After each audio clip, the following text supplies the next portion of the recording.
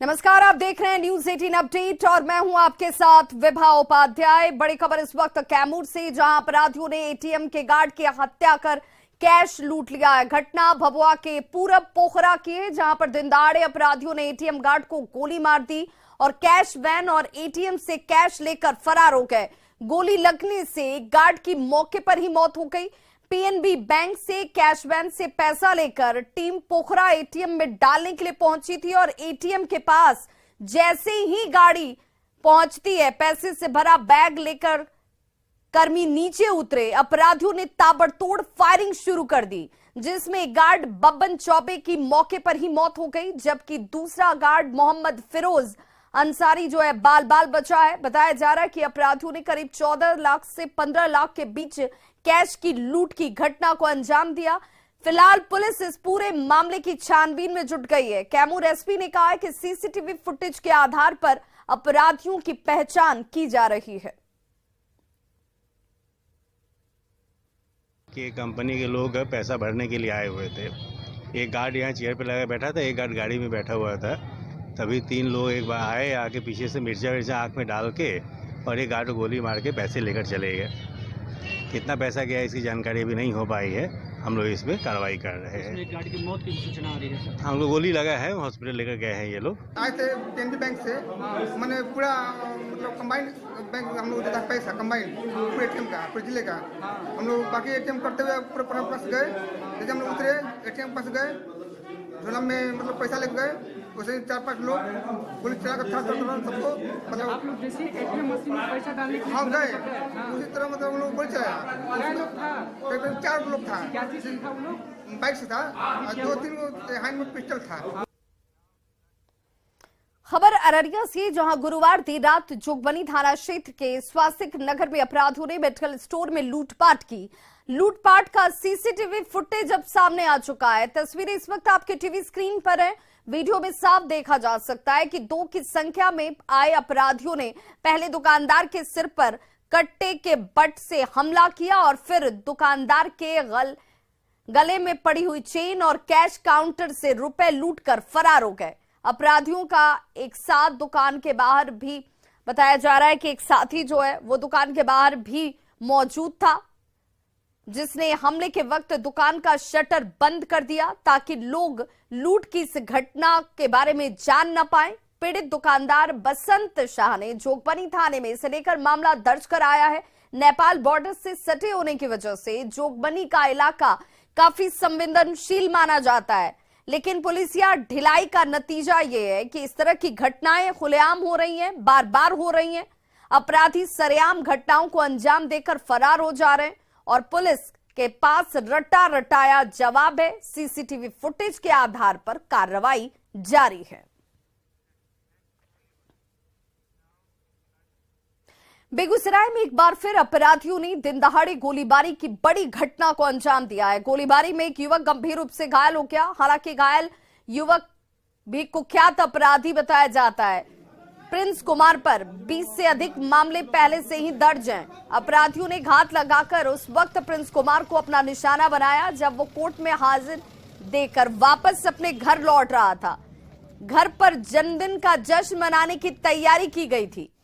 प्रत्यक्षदर्शियों ने कहा है कि 2 बाइक पर सवार 4 की संख्या में पहुंचे अपराधियों ने इस घटना को अंजाम दिया। हालांकि पुलिस का यह दावा है कि अपराधियों को चिन्हित कर लिया गया और बहुत जल्द इनकी गिरफ्तारी भी होगी। घटना मुफस्सिल थाना क्षेत्र के हिमरा पेट्रोल पंप के पास की है और फिलहाल पुलिस अपनी तफ्तीश में जुट गई है। सपरिवार हम भी थे, उनके पिताजी भी थे, हम उसके ससुर हुए और 2-4 उसका मित्र था। वो सब साथे आए, कोर्ट में किए और उसके बाद घर की ओर जा रहे थे। 4 चक्का से थे और उसके बाद पंप पर तेल लेने के लिए उतरे। यही लड़का कहा हम कहीं पैसा देते हैं, बोला नहीं हम गूगल पे से पेमेंट करेंगे और वो स्कैन के लिए उतरा। बस उतने में लड़का मोटरसाइकिल सटाया। एक मोटरसाइकिल मुंह पे रहा है, अंदर सटाया गोली चलाते हुए। जब तक मैं हम लोग चाहे उस पर लपकने के लिए वो निकल के भाग गया। आज हम लोग को सूचना मिली थी कि उसके कुछ पुराने साथियों ने किसी बात पे लड़ाई को लेकर के उसको गोली मार दी थी। उसका इलाज कराया जा रहा है अस्पताल में। देखिए रिकॉर्ड हमने चेक किया है तो इस व्यक्ति प्रिंस पे करीब 20 के करीब आपराधिक मुकदमे पहले से दर्ज हैं। कुख्यात अपराधी था। पुलिस ने इसको जेल पकड़ के भेजा था। काफ़ी टाइम ये जेल में रहा। इस पे CCA 12 भी लगा था और कुछ ही दिन पहले जेल से रिहा हुआ है। आज से कुछ टाइम पहले इसने इसके जो कुछ पूर्व के दोस्त हैं उनके साथ मारपीट की थी। उन्हीं में से कुछ लोगों ने आज इस पर गोली चलाई है। जिन्होंने गोली चलाई है उन सभी की पहचान कर ली गई है। जमुई नगर थाने में तैनात बिहार पुलिस के एक जवान ने खुद को गोली मार ली। जवान का नाम गुंजन कुमार बताया जा रहा है। बताया जाता है कि गुंजन ने पारिवारिक विवाद में खुद को गोली मारी, जिसे पहले सदर अस्पताल ले जाया गया, जहां से बेहतर इलाज के लिए इसे पटना ले जाते समय रास्ते में ही जवान की मौत हो गई। मौके से पुलिस ने पुलिस जवान का सर्विस रिवॉल्वर बरामद किया है।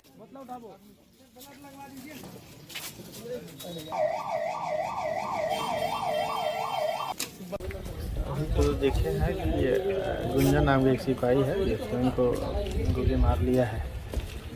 टीम आ रही है, देखिए क्या जांच पड़ताल में होता है। पता चल पाया सर कारण क्या था? अभी नहीं पता चल रहा है। अभी आप उसके परिवार के बयान लेंगे, उसके बाद ही कुछ रात में पता चला गश्त।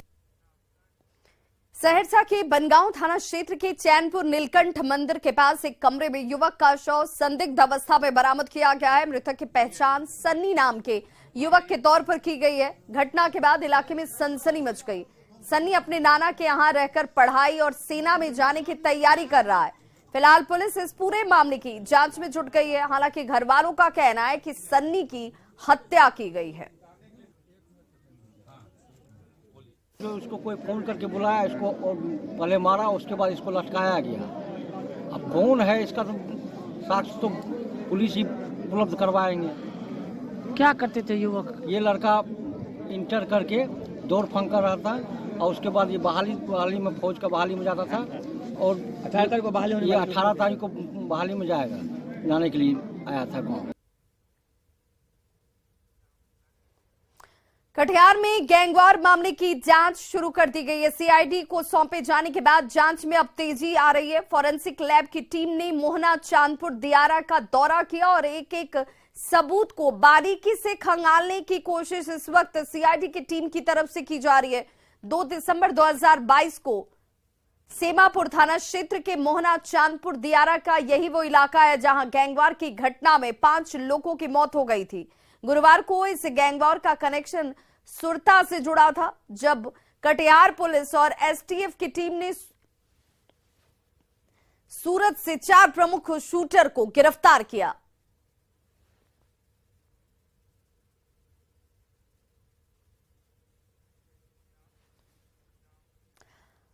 खबर मधेपुरा से, जहां अतिक्रमण हटाओ अभियान के तहत कार्रवाई के विरोध में दलित समाज के लोगों ने कलेक्ट्रेट का घेराव कर दिया। प्रदर्शनकारियों ने समरणालय का मुख्य गेट जाम कर जमकर नारेबाजी की। प्रदर्शनकारियों का कहना था कि प्रशासन बिना पुनर्वास के ही दर्जनों भूमिहीन लोगों के घर को इस भीषण ठंड में तोड़कर उन्हें बेघर कर रही है। 2 दिन पहले अतिक्रमण हटाने की कार्रवाई सदर अनुमंडल के भान गांव के पासवान टोले में की गई थी, जिसके विरोध में लोगों ने जमकर प्रदर्शन किया। गांव के दलितों जो पूरी तरह से भूमिहीन थे, लगभग 35 वर्षों से घर बना कर रह रहे थे, परसों प्रशासन के द्वारा बुलडोजर से उनके घर को ध्वस्त कर दिया गया बिना वैकल्पिक व्यवस्था का। आज वहां के 25 दलित परिवार खुले आकाश के नीचे रात बिताने को मजबूर हैं। यह कार्रवाई अमानवीय कार्रवाई। खबर रोहतास जिले के विक्रमगंज से, जहां दिनारा के महरोड़ गांव का एक वीडियो तेजी से वायरल हो रहा है। वीडियो में दिनारा प्रखंड आपूर्ति पदाधिकारी की जन वितरण प्रणाली के दुकानदार से बहस होती हुई साफ तौर पर नजर आती है। प्रखंड आपूर्ति पदाधिकारी रात के समय दुकान में छापेमारी करने के लिए पहुंचे थे और इसी दौरान स्थानीय दुकानदार और ग्रामीणों ने ही उनकी क्लास लगा दी। आपूर्ति पदाधिकारी कई बार मोबाइल छीनने की भी कोशिश करते हैं। वायरल वीडियो में जो शख्स आपको नजर आ रहा है वो दिनारा का MO है। बताया जाता है कि शुक्रवार की रात महरोड़ गांव में विकास कुमार पांडे नामक जन वितरण के दुकानदार के यहां पहुंचकर दुकान की जांच करना वो चाह रहे थे। लेकिन कपकपाती ठंड की रात में दुकानदार अपनी दुकान की जांच कराने से इनकार कर देता है। इस दौरान ग्रामीण इकट्ठा हो गए और आपूर्ति पदाधिकारी पर कमीशन और घूसखोरी का आरोप लगाते हुए बदसलूकी शुरू कर दी गई। इस परिस्थिति में आपूर्ति पदाधिकारी प्रदीप पटेल लोगों से बचने के लिए यहां से निकलना चाहते हैं, लेकिन ग्रामीण उन्हें घेर लेते हैं और ये तस्वीर इस वक्त आपके टीवी स्क्रीन पर। हम कहने बैठिए, आपको दे रहे हैं तो आप गुस्सा की गाड़ी दे रहे हैं, बोल रहे हैं उल्टा सीधा काहे बोलेंगे? आप रिकॉर्डिंग में आप अनसन क्यों बोल रहे हैं? आप बोल रहे हैं, हम कहाँ बोले हैं? कहाँ गाली गलौज किया? 2 बार गाली दी है द्वार पे आके। ऐसे क्या बात बोल दी आप? झूठ मूठ रुकिए रात में आए, रात को 1 मिनट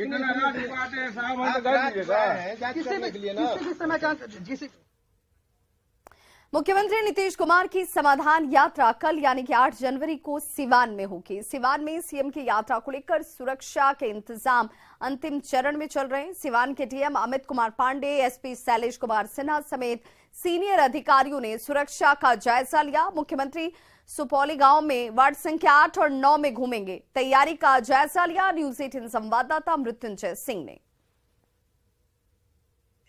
सीएम के समाधान यात्रा को लेकर सुरक्षा एजेंसियां पूरी तरह से चौकस है। सुरक्षा एजेंसियां जब पूरी तरह जांच करने के लिए आई है। सीएम मुख्यमंत्री नीतीश कुमार का सिवान जिले के ये सुपौली गांव है, जहां पे कल उनका आगमन होना, आप देख सकते हैं। ये सुपौली का गांव है, जहां पूरी तरह से सुरक्षा एजेंसियां जांच कर रही है। आप देख सकते हैं मुख्यमंत्री समाधान यात्रा को लेकर इस गाँव में पहुँचेंगे। गाँव का तस्वीर दिखाने की कोशिश कर रहे हैं। आप देख सकते हैं जो सुरक्षा एजेंसियाँ है पूरी तरह से एक्शन में है और जाँच कर रही है। आप देख सकते हैं प्रशासनिक महकमा पूरी तरह से अलर्ट मूड में है, चूँकि कल नीतीश कुमार यहाँ पहुँचेंगे और यहाँ के बाद वो मुख्यालय जाएंगे, जहाँ पे समीक्षा बैठक करेंगे। आप देख सकते हैं ये सुपौली गांव की तस्वीर, जो कल यहाँ पहुँचेंगे और जिसको लेकर तैयारी भी चल रही है। आप देख सकते हैं पूरी तरह से यह सड़क के किनारे शोलिंग किया जा रहा है, क्योंकि वही गाँव है जहाँ पे कल मुख्यमंत्री पहुंचेंगे। यानी पूरी तरह से उनके आगमन को लेकर जो तैयारी है जोरों पे चल रही है और जो सुरक्षा एजेंसी है जांच के लिए पहुंची हुई है। मृत्युंजय सिंह, न्यूज 18 सिवान।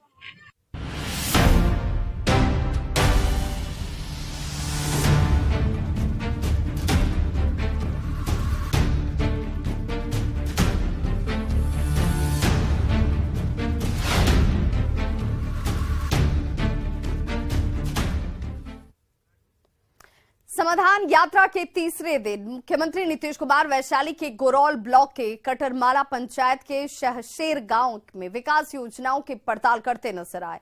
इन 5 तस्वीरों के जरिए आप देख सकते हैं वैशाली में मुख्यमंत्री की ये समाधान यात्रा आज और सीएम नीतीश कुमार का पहुंचते ही भव्य स्वागत किया गया, जहां पर हजारों लोगों की भीड़ आपको ग्रामीणों के तौर पर नजर आ रही होगी, जो मुख्यमंत्री को देखने और अपनी समस्याओं से उन्हें रूबरू कराने के लिए यहां पर मौजूद नजर आए। समाधान यात्रा के तीसरे दिन सीएम वैशाली के गोरौल के कटरमाला पंचायत के हरशेर गांव में मौजूद थे, जहां उनका स्वागत तो किया ही गया। सीएम ने लोगों से मुलाकात कर उनकी समस्याओं को भी जाना। मजार पर चादर पोशी की गई मुख्यमंत्री नीतीश कुमार की तरफ से। सीएम नीतीश कुमार ने विकास योजनाओं की पड़ताल के साथ योजनाओं की सौगात भी वैशाली के लोगों को दी।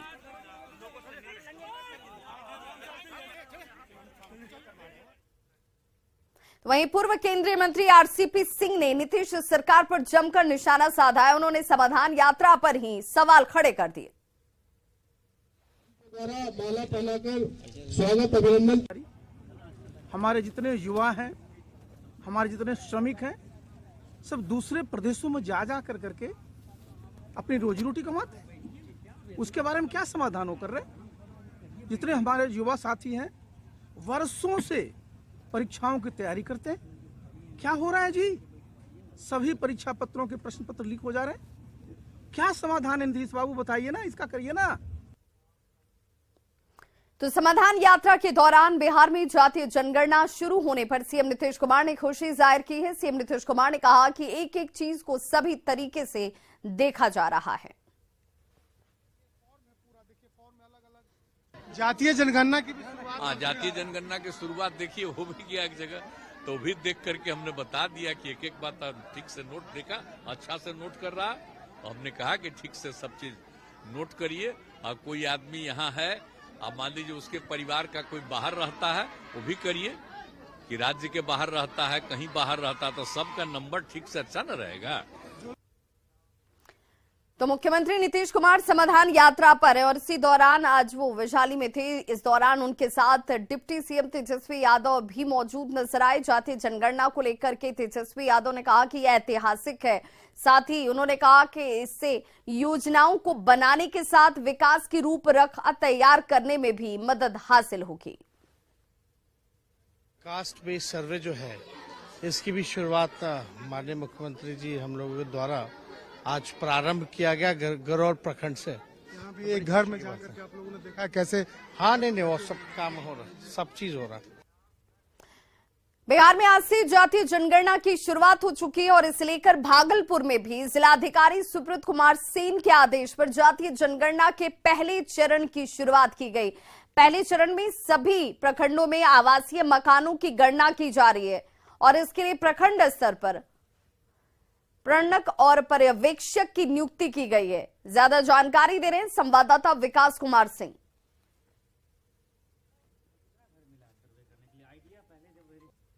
परगणक को लगाया गया है। जिलाधिकारी महोदय ने लगभग कई प्रखंडों में एक साथ जो है इस काम में कर्मी को लगाया है और आप तस्वीरों में देख सकते हैं कि किस तरह से जो परगणक हैं वो घर घर लोगों तक जा रहे हैं और उनकी मकान संख्या नोट कर रहे हैं और दूसरे फेज में जो है जातीय जनगणना की शुरुआत की। नंबरीकरण का कार्य चल रहा है और आप लोग देख रहे हैं कि जो परगणक हैं वो घर घर में जा करके सारी सूचनाएं इकट्ठा कर रहे हैं और जो मकान का नंबरीकरण है जैसे भवन संख्या, मकान संख्या, ये लिखा जा रहा है। पहले फेज में आप लोग अभी क्या कर रहे हैं? पहले फेज में सिर्फ मकान का संख्या दर्ज करना है, हर घर घूर। अभी किस तरह से काम को आप लोग कर रहे हैं? हम लोग को सारा किट दिया गया है और नक्शा के आधार पर नजरी नक्शा बना करके हर घर जा करके मकान का संख्या दर्ज करके उस पर दीवार पर अंकित करना है। लोगों के घर घर तक आप लोग जा रहे हैं, पहुंच रहे हैं? जी हाँ, हर घर, प्रत्येक घर डोर टू डोर जाना है। तो जो परगणक जिलाधिकारी के आदेश पर परगणक को लगाया गया है और भागलपुर में जो है कई प्रखंडों में एक साथ आज जो है जातीय जनगणना की पहली फेज की आज शुरुआत की गई है और पहले फेज में जो है परगणक को लगाया गया। परगणक जो है प्रखंड स्तर पर जाकर काम कर रहे हैं और मकान की संख्या की गिनती कर रहे हैं। विकास कुमार सिंह, न्यूज़ 18, भागलपुर। मुंगेर के 9 प्रखंडों में भी जातीय जनगणना के पहले फेज का कार्य शुरू हो गया है। दूसरा फेज का काम अप्रैल में शुरू होगा और पहले फेज में 3009 प्रणक, 75 ऑब्जर्वर, 75 फील्ड ट्रेनर और 15 इंचार्ज पदाधिकारी लगाए गए हैं। पहले चरण में घर और घर में रहने वाले परिवार के सदस्यों की संख्या पूछी जाएगी। घर के बाहर घेरा बनाकर उसे नोट किया जाएगा। डिटेल लिया जाएगा। इसमें आज प्रथम चरण में बेसिकली ये करना है कि घर का चिन्हीकरण करना है, भवन की संख्या कितनी है, उस भवन में कितने परिवार लोग रहते हैं, उस परिवार में कितने सदस्य हैं। प्रथम चरण में यही डिटेल लिया जाना है और द्वितीय चरण जब होगा अप्रैल में तो उस परिवार के पूरे डिटेल लिए जाएंगे। सामाजिक आर्थिक जो सरकार का नया फॉर्मेट आएगा। पहला ये करना है कि हर मकान पे जाना है और मकान पे नंबर देना है। दूसरा काम करना है कि पूरे क्षेत्र का जो ब्लॉक मिला हुआ है जिस परगणक को, उस परगणक का नजरी नक्शा बनाना है जी। और तीसरा काम करना है कि उसमें जो परिवार की संख्या है वो आपको नोट करना है। बीजेपी सांसद रामकृपाल यादव ने मनेर इलाके में सड़कों का औचक निरीक्षण किया और सड़क निर्माण में खराब गुणवत्ता को लेकर अधिकारियों की जमकर क्लास लगाई। सांसद को शिकायत मिली थी कि सड़कों के निर्माण में लूट का खेल चल रहा है। जो सड़कें बनाई जा रही हैं उसकी क्वालिटी बेहद खराब है और यही वजह है कि सांसद ने औचक निरीक्षण किया और अधिकारियों को फटकार लगाई। देख रहे हैं 1 इंच भी कारपेटिंग नहीं हो पाया और सब अभी खत्म हो गया। जो पहले का रोड है उसी पर कारपेटिंग करना था, वो सब खत्म हो गया। अगले हमको लगता है 1 महीना में सब रोड खत्म हो जाएगा। मैंने अब संबंधित जो एसी साहब हैं उनको मैंने ध्यान आकृष्ट करवाया है और साथ अपने तमाम एसी साहब के साथ वरीय अधिकारियों के साथ इसका मैंने मुआयना किया है और खुद एसी साहब इसको देखने का काम कर रहे हैं कि किस तरह से इसका लूट हुआ। हम लोगों ने फिर से रिवाइज बना के कालीकरण कर दिया, उसके तहत ये कार्रवाई किए गए हैं। इसमें कुछ पैच में वो अलकतरा रात को ठंडा हो जाने के चलते वो लेइंग कर दिया ठेकेदार, इसको हटा कर पुनर्निर्माण हम लोग करेंगे। लेकिन पूरा यहाँ से वहाँ तक सभी जगह सड़क का यही हाल, थोड़ा दूर ही है, बाकी सब जगह आप चल के देख सकते हैं। क्या इसको फिर से आप रिपेयर करेंगे? हाँ, जितना खराब है इसको फिर से रिपेयर करें। तो इस बुलेटिन में बस इतना ही, लेकिन न्यूज़ 18 बिहार झारखंड पर खबरों का सिलसिला लगातार जारी है।